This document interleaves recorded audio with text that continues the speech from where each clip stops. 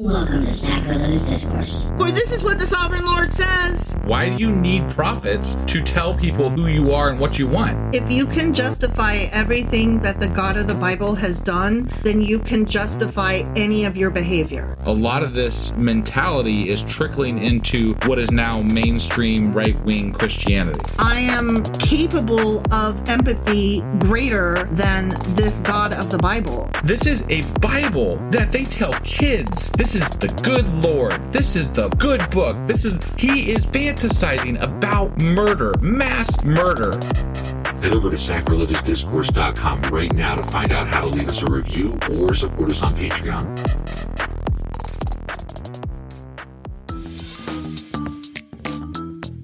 Hey there, sinners and saints. It's your favorite Bible-bashing duo from Sacrilegious Discourse, and we need your help. That's right, folks. We're raising funds for some heavenly equipment and a studio that doesn't sound like it's in the depths of hell. Our current setup, let's just say it's more apocalypse than audiophile. So if you want to hear us dissect the Bible without the background noise of demonic squirrels, chip in a few bucks. We're aiming for $5,000 to upgrade our audio and build a studio worthy of blasphemous banter. Donate today and help us spread the good word of atheism. You can find a link right on our homepage, sacrilegiousdiscourse.com. Every dollar counts. Even if it's from your collection plate.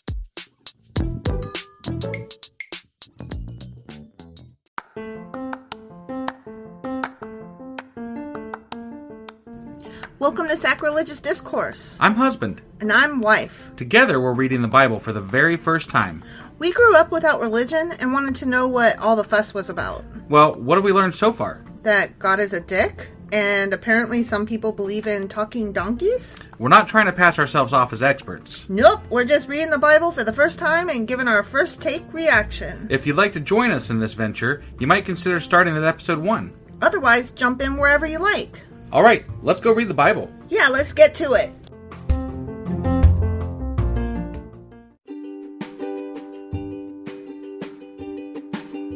Hey wife, did you know that Anchor is sponsoring our show? Really? Don't we use Anchor to distribute our podcast on Spotify and Apple Podcasts? Yeah, and we are on just about every other platform available as well, thanks to them. Why do we use Anchor as our podcasting service? Well, they make editing and distributing our show a breeze. What if one of our listeners wants to start their own podcast? Then they should head over to anchor.fm or download the app to get started. Awesome! You guys should go do that right now! Husband! Wife! It's Saturday! Q&A! Sure the fuck is. I'm really excited about it. Apparently, jeez. You really kind of caught me off guard there. I was like, damn. That was some enthusiasm. Yeah.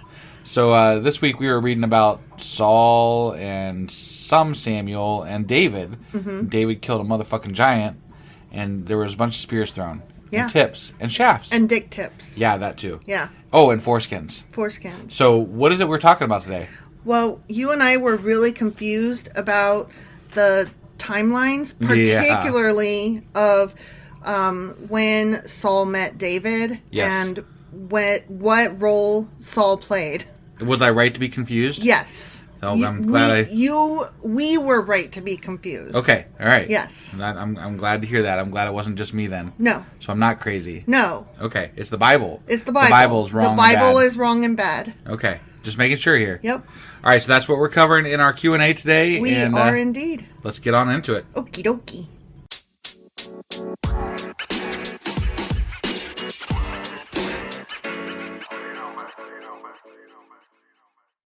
Okay, so David. Who the fuck was David? He was a 9-foot person killing motherfucker. He was not a 9-foot person. The 9-foot... Oh, a 9-foot You are really person. like... Shut up! I thought you were describing David instead of the giant. And I was like, no, the giant was 9 foot. Okay. Yeah. Sorry, I did not follow. I don't think that you said that. I think that you were ready to jump it before I even finished the sentence. False. No, I saw your eyes. No, my eyes were like, oh, wait, he is saying it's stupid. And then I had to rephrase it in my head. Okay. They agree with me. Okay. They weren't here. They weren't here. Well, I didn't see what I saw. Who is the writer and better with words between the two of us? Who's never written a post except for one on their podcast blog? Oh my God, that doesn't matter. as to whether or not you were stupid just now. I'm not stupid. Oh my god. Okay. I was right. He's a 9-foot Fuck giant off. killing motherfucker. Fuck off. Fuck off. Okay. Okay? Yeah. So anyways, Anyway. Yeah, David. And that particular, how did we meet David? And why did we meet him? And then, like, 2 chapters later, we met him again. Yeah, and like a whole different type of circumstancing. Context, yeah. It was not the same at all. Right, exactly. So I had to do some pretty good spelunking on this one. Okay. Because, you know, when you ask questions about the Bible, you always get the apologists first, Right, yeah. right? And so, of course, there were apologists on this, and they were like, oh, you're reading too much into it. But I'm and really not. It doesn't matter because they both convey the same message, which is that he was a warrior and a leader of men who went from nothing to greatness. They really don't, though. Like, one is he comes literally from nothing. The other one, he builds his way up over time. And also Saul's an asshole in that one. Well, Like, okay. directly, like, we know why he's an asshole. I'm gonna get into more of that a little bit, but let's start with what the apologists are trying to say. Okay. Okay. Yeah. And they'll say all of these things, but the end of the sentence is because. Because, And then they yeah, don't right, continue. Yeah, got it. Okay? Yeah. But both of the stories are independent from each other, but they both talk about how David emerged from obscurity Yeah. to become a presence in the royal court of Saul, right? We can agree with that, right? Sure. Well, I mean, one, he went from being obscurity to king, like, literally. But he was in the court of Saul. I don't understand. Saul got taken off Fired. of... Yeah, he Right. got fired. So how is he in the But- court of Saul if he's king? Because Saul was still there. That doesn't make any Okay. sense to me. Let's just move on. Okay, all right. Okay. Sorry.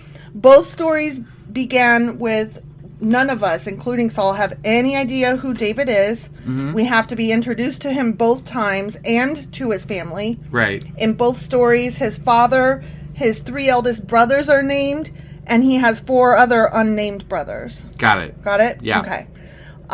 Both of the stories describe how David comes to Saul's attention through his skill at playing the lyre, or lyre. Is it a lyre? I think it's a lyre. I don't know, honestly. I think it's a lyre. Okay. And through, well, a harp. How about that? Yeah, harp. His harp. Right. Yeah. And through his bravery on the battlefield. Yeah. Okay? Mhm. So both of those have that in it. Okay. And both stories have Saul being pleased with David because he soothes Saul's spirit and because he is victorious against Goliath. Except for Right. until he doesn't, but No, yeah. no. Yeah, totally agree But with the you. first story didn't have anything about Goliath or... Oh, okay, but what I'm saying is that for various reasons, in one, he soothed the spirit, Yeah. and in the other, he was a hero that killed Goliath, Sure. right? But both times, Saul was pleased with David. Right. Okay. Okay. And both conclude with explicit notice that Saul took David into his permanent service. Like, in one, he was like, you're gonna be my harpist guy and my arms bearer. Right. And in the other one, he's like, whoa, my guy, you're gonna be my soldiery boy now. Yeah. Right? Yeah. So both stories talk about David's rise to prominence in Saul's court. Yep. And so apologists will say that the stories are identical in function and they are parallel in structure, even though they are completely out of order and nonsensical. Okay, but in a book that is fucking God's word, you take one out because one's not right, correct? I totally fucking agree with Like you. that's such bullshit. I totally... That anybody who says that this is God's word is fucking full of shit. I totally agree with you. Okay. Okay? Yeah. So, like I said, this answer was not good enough for me, so Right. I did a little more spelunking. Yeah. Because I don't care that they both serve the same ultimate purpose. Right. They were wrong, though. Yeah. So, there were 2 authors that I came across that I actually am quite interested in. One guy is Joel Baden, who Okay. wrote several books, one of which was The Historical David, The Real Life of an Invented Hero. Okay? Yeah. Now, in this book, one of the things that I read that was quoted from this book Right. is that oftentimes when there are at least two stories that reference the same thing, but one of them has a popular name and the other one has a name we've never heard of. Yeah. It's usually the unheard of guy that did the actual thing. Oh, okay. So, I guess when we get to Chronicles, the book of Chronicles in the Bible, there's going to be another mention of this, but it'll be of the Goliath killing. Okay. But it'll be a different guy that does it. And I forget his name. It starts with an E, like Eheman or some shit like that. Wow. So they attributed that thing. And I'll get into the why in a bit. Yeah. Okay. So they think that probably the Goliath thing was done by this other, like, E whatever guy. I'm just going to call him E. Got it. And that the story was then attributed later to David to build him up. Okay. And like I said, I'll get into that in a little bit. Sure. But this book here, I want to read the what's it called? Synopsis. Sorry. I want to read that to you. Again, it's by Joel Baden, and it's called The Historical David, The Real Life of an Invented Hero. Okay. Okay? Yep. Joel Baden, a leading expert on the Old Testament, offers a controversial look at the history of King David, the founder of the nation of Israel, whose bloodline leads to Jesus, challenging prevailing popular beliefs about his legend in The Historical David. So, I don't think that we were quite aware that Jesus is descended from David. No, definitely not aware of that. Which makes sense because so far they've all come from what, like Moses or whatever? I mean, they like, had to because the world flooded and they all died. Right. So yeah. Right. Well, you're thinking of Noah. Oh. Who Moses also is descended from. All right. Sure. So they're talking about David as this precursor to Jesus. Got it. Okay, so we've got to make David look great. Got it. Yep. Baden the author makes clear that the biblical account of David is an attempt to shape the events of his life politically and theologically. Going beyond the biblical bias, meaning apologists, he explores the events that lie behind the David story, events that are grounded in the context of the ancient Near East and continue to inform modern Israel. The Historical David, the book, exposes an ambitious, ruthless, flesh and blood man who achieved power by any means necessary, including murder, theft, bribery, sex, deceit, and treason. Wow. As Baden, the author, makes clear, the Historical David stands in opposition not only to the virtuous and heroic legends, but to our very own self-definition as David's national and religious descendants. Right. Provocative and enlightening, the Historical David provides the lost truth about David and poses a challenge to us. How do we come to terms with the reality of a celebrated hero who was, in fact, similar to the ambitious power players of his day? Oh, you know what? I mean, that's an easy one because I don't believe in God. Right. Yeah. Right. But I'm interested in that book. Yeah. Because that sounds right up my alley. Unless he's trying to apologize for him being an ambitious, No, I don't murdery person. From what I read about this guy, he's not an apologist. He's a historian. Got it. Okay? Okay. Like, historian first, religious after. Got it. But to get back into David, I mentioned briefly that he is one of Jesus's descendants, right? Right. So therefore, we need to make David look as super awesome possum as possible. So you're saying that this bit was written after the Bible, like the New Testament came out, essentially? Could be. And could thrown be. back in, maybe? Mm-hmm. Okay. They took the story of this E guy who killed Goliath and stuck it in there. So I guess, you may not have looked this up, but I'm curious whether or not the David and Goliath story is in the original Old Testament that the Jewish people use. Like the Pentateuch. Is what you're saying. Yeah. Well, no, the Pentateuch is the first 5 books of the Bible. No, I know, but the Jewish version of the Pentateuch is what you're saying. No, never mind. Sorry. I'm confused for a minute. That's sorry. all right. Nothing. Yeah, no, the Old Testament. Yeah, sorry, nothing. Yeah, I don't know. Okay. I just know that Christians love this guy. Sure. So I don't know how the Jewish feel about him. Yeah, no, I was just curious if it changed from... Like, if that changed from, like, what the Jewish people would read versus what Like, is there a difference in those Bibles? Right. So that's all. Yeah, Or those- that'll be those interesting. testaments, whatever. That'll be interesting to keep in mind as we read that eventually. Right. There was a question about whether those two versions were in the wrong order.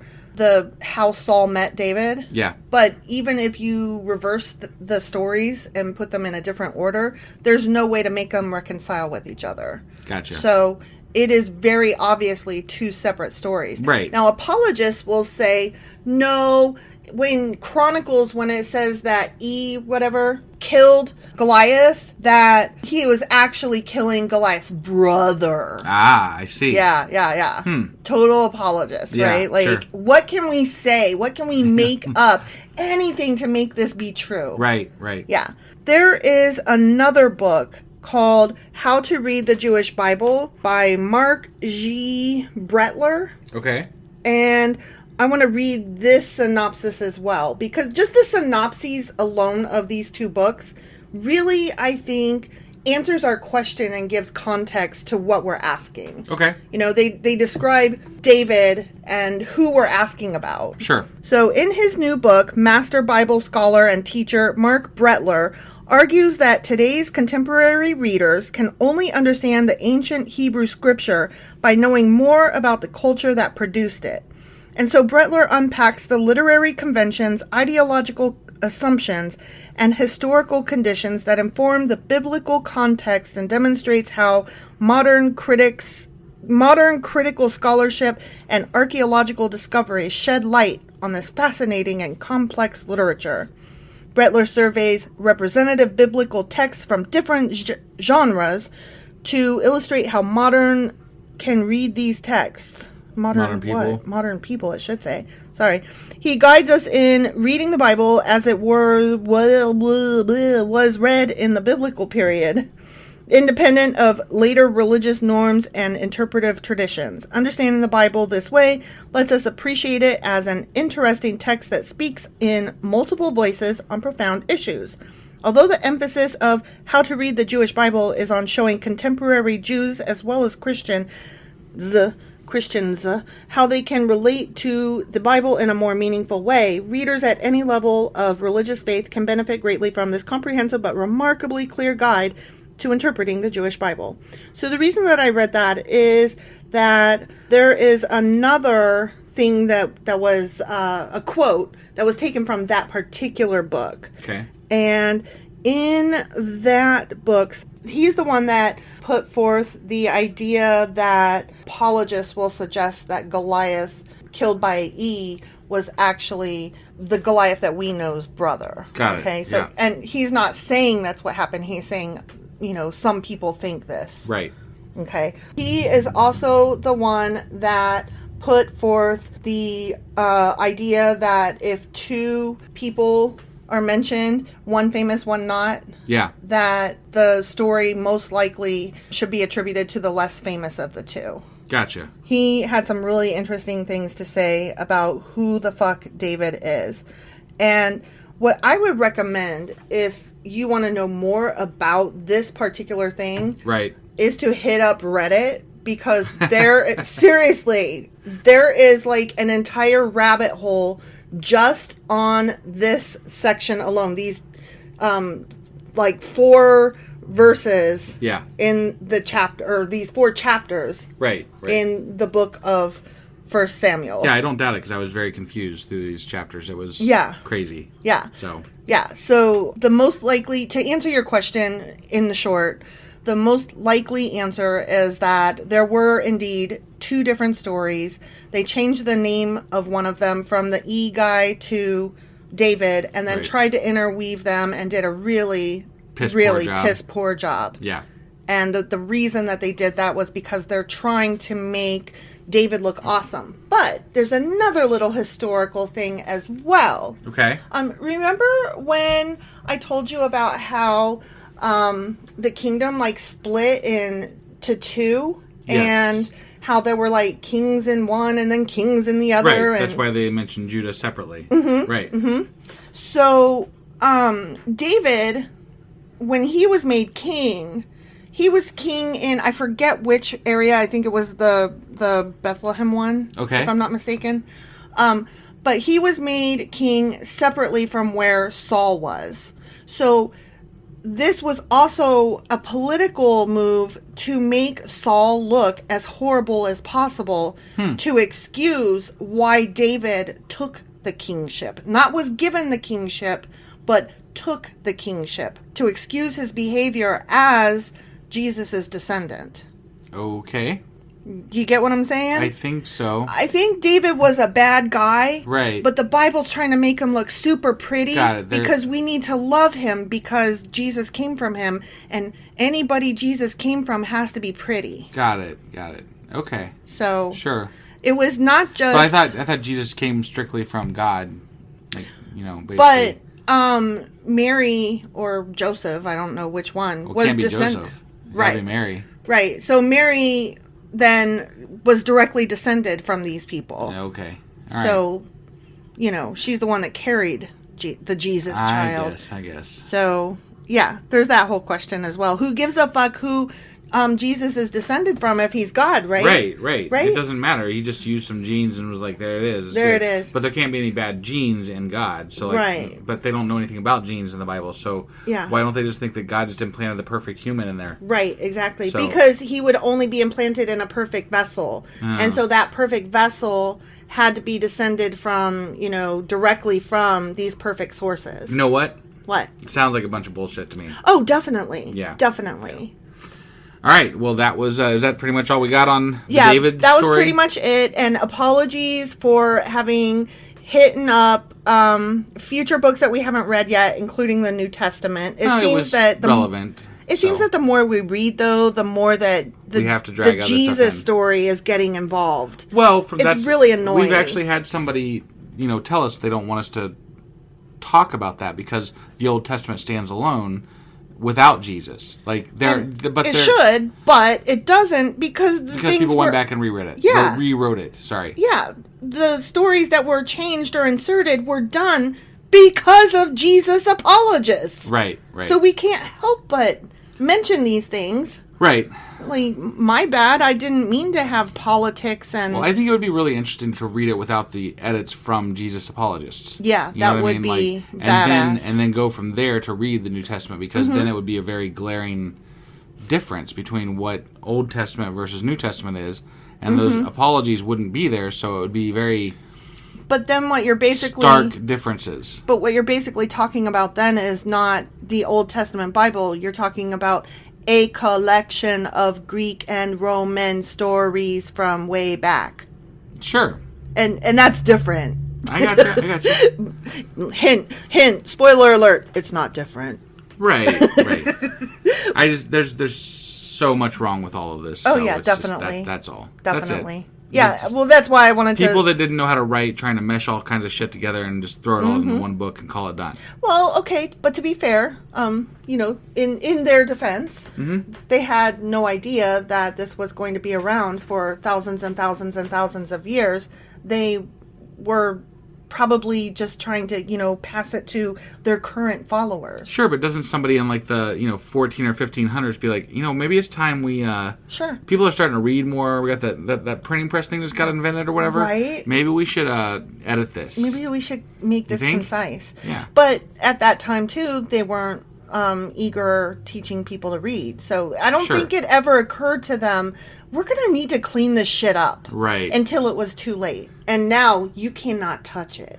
Well, yeah, because it's all matter of permanent record at this point. We can all look anything up online. So you change it, and we're all going to be like, no, you changed it. Right. So that's not what it said. Right. Han did not shoot first. No, he sure did. Or no, I mean, Han did shoot first. Han did shoot first. Sorry, I had it backwards. No, I know, and I was like, wait, what? Yeah. No, Han absolutely shot first because that is important in his entire character arc. Yeah, you can't change shit and then, expect people not to notice nowadays. Yeah. So. Yeah. All right, well, that was it for our Q&A, I believe. Yeah. And tomorrow we will be doing our...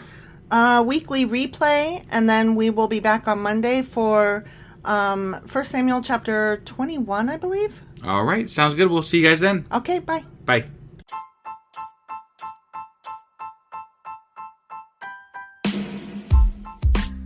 Hey, wife, I guess that's the end? But husband, that's just sad. It doesn't have to be. We are on lots of social media platforms like Twitter. Our handle there is sacrilegious_D. For D's nuts. Oh my God. Stop doing that. Anyway, we're also on Facebook, Instagram, and Pinterest. There's a link to all of our social media sites at our website. Ooh, we have a website? Yeah, it's sacrilegiousdiscourse.com, where you can also find a link to our merch shop. We have a merch shop? Yep, we have podcast-themed clothing, mugs, notebooks, and more, as well as an atheist and science-themed products.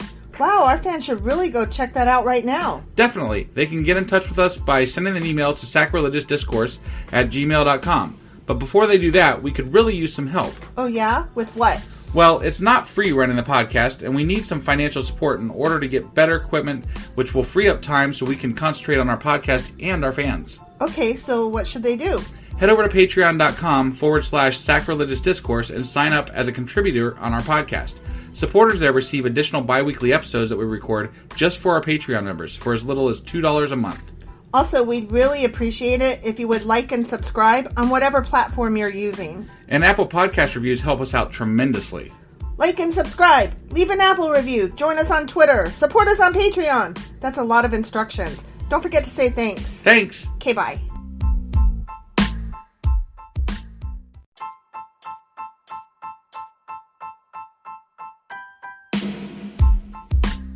Hey wife, I guess that's the end? But husband, that's just sad. It doesn't have to be. We are on lots of social media platforms like Twitter. Our handle there is sacrilegious_D. For D's nuts. Oh my God. Stop doing that. Anyway, we're also on Facebook, Instagram, and Pinterest. There's a link to all of our social media sites at our website. Ooh, we have a website? Yeah, it's sacrilegiousdiscourse.com, where you can also find a link to our merch shop. We have a merch shop? Yep, we have podcast-themed clothing, mugs, notebooks, and more, as well as an atheist and science-themed products. Wow, our fans should really go check that out right now. Definitely. They can get in touch with us by sending an email to sacrilegiousdiscourse@gmail.com. But before they do that, we could really use some help. Oh yeah? With what? Well, it's not free running the podcast, and we need some financial support in order to get better equipment, which will free up time so we can concentrate on our podcast and our fans. Okay, so what should they do? Head over to patreon.com/sacrilegiousdiscourse and sign up as a contributor on our podcast. Supporters there receive additional bi-weekly episodes that we record just for our Patreon members for as little as $2 a month. Also, we'd really appreciate it if you would like and subscribe on whatever platform you're using. And Apple Podcast reviews help us out tremendously. Like and subscribe. Leave an Apple review. Join us on Twitter. Support us on Patreon. That's a lot of instructions. Don't forget to say thanks. Thanks. Okay, bye.